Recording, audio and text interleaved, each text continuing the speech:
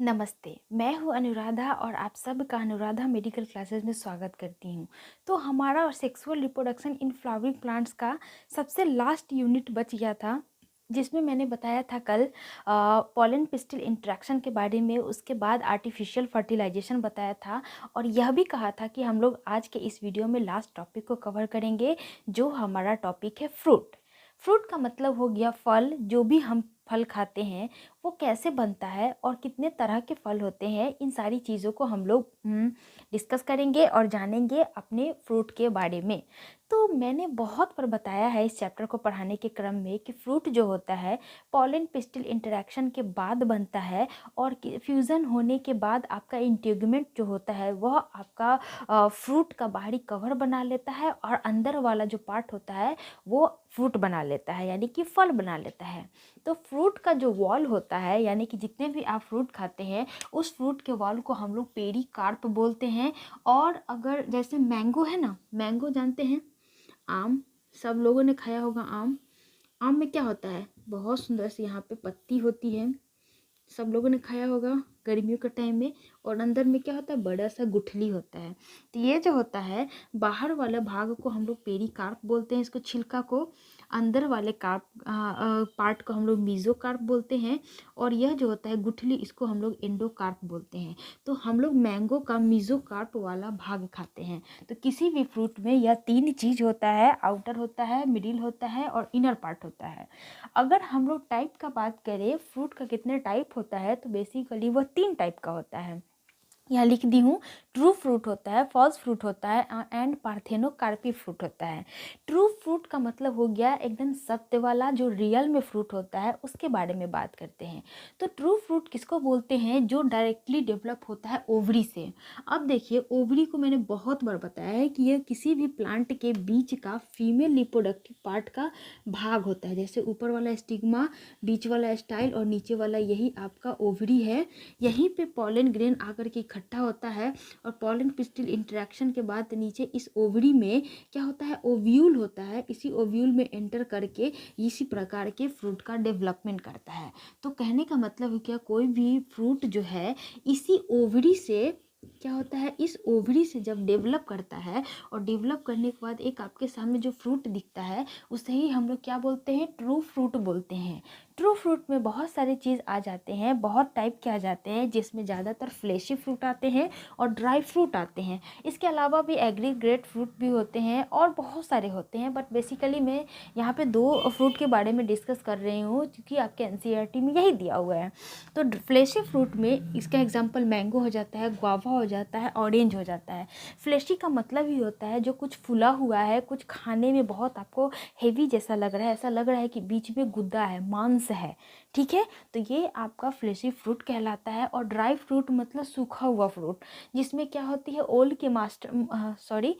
की मात्रा जो होती है वो कम होती है। जैसे कि मस्टर्ड और पी, ये सारी चीज़ को जब तोड़ के खाइएगा तो एकदम ड्राई ड्राई फील होगा, इसमें से बहुत ज़्यादा ऑयली चीज़ नहीं निकलता है, that's why it is called dry fruit.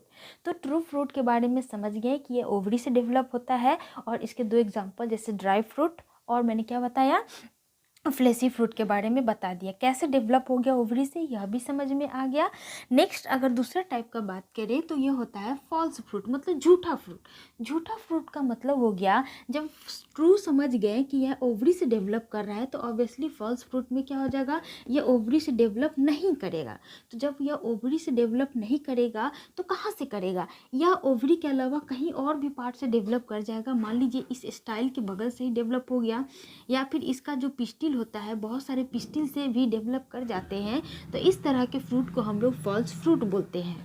अब देखिए इसके एग्जाम्पल्स, जैसे एप्पल हो गया और स्ट्रॉबेरी हो गया। तो एप्पल जो होता है वो थैलेमस से डेवलप होता है, मतलब कि यह जो ओवरी होता है, ओवरी जिस आसन पे बैठा होता है, आप देखते हैं ना किसी भी फूल का, जैसे अड़हुल का फूल को लेते हैं तो तोड़ते हैं तो वो नीचे में कुछ फूला हुआ स्ट्रक्चर दिखता है, तो वो उसका थैलेमस कहलाता है। तो यह एप्पल जो होता है इसी थैलेमस से डेवलप करता है, थैलेमस से क्या होता है, डेवलप करता है। इसीलिए इसको हम लोग फॉल्स फ्रूट के श्रेणी में रखते हैं। अगर ओवरी से करता है ऊपर वाले स्ट्रक्चर से तो इसको ट्रू बोलते हैं, और इसके नीचे वाले से कर रहा है, मतलब ओवरी को छोड़ करके किसी भी प्लांट के पार्ट से कर रहा है डेवलप, तो उसको हम लोग क्या बोलते हैं, फॉल्स फ्रूट बोलते हैं। आप जानते हैं ना, थैलेमस में हम लोग क्या करते हैं, सारी चीज़ों को खा जाते हैं, उसके छिलकों को भी खा जाते हैं, दैट मीन्स एंडोकार्प को भी खा लेते हैं। इस जैसे हम लोग मैंगो में बाहर का छिलका छील देते हैं, लेकिन एप्पल में हम लोग ऐसा नहीं करते हैं, हम लोग सारी चीज़ों को क्या करते हैं, खा लेते हैं, यानी कि वो हमारा क्या होता है, थैलेमस होता है। आगे बात आपको समझ में कि फॉल्स फ्रूट का मतलब क्या होता है और इसके क्या क्या एग्जाम्पल है। स्ट्रॉबेरी भी वैसा ही होता है, जिसको हम लोग सिर्फ तोड़ते हैं और पूरी तरह से खा लेते हैं, उसका कोई भी पार्ट हम लोग वेस्ट नहीं करते हैं। थर्ड वाला जो टाइप है पार्थेनोकार्पी होता है। पार्थेनोजेनेसिस का मतलब क्या होता है, पहले उसको समझिए, फिर आप पार्थेनोकार्पी समझ जाएंगे। देखिए, मैंने फर्टिलाइजेशन का 2 टॉपिक बताया था, नेचुरल फर्टिलाइजेशन और आर्टिफिशियल फर्टिलाइजेशन। और फर्टिलाइजेशन के बाद एम्ब्रायो बनता है, एम्ब्रायो के बाद फिर आप जानते हैं कि बॉडी के बहुत सारे ऑर्गन्स बनते हैं।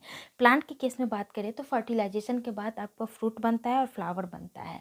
लेकिन जब यह फ्रूट बिना किसी फर्टिलाइजेशन से हो, यानी कि जब मेल और फीमेल गैमीट एक दूसरे से फ्यूज़ ना करें और ना करने के बाद भी फ्रूट बन जाए, तो इस तरह के फर्टिलाइजेशन को हम लोग पार्थेनोकार्पी बोलते हैं और ये प्रोसेस को पार्थेनोजेनेसिस बोलते हैं।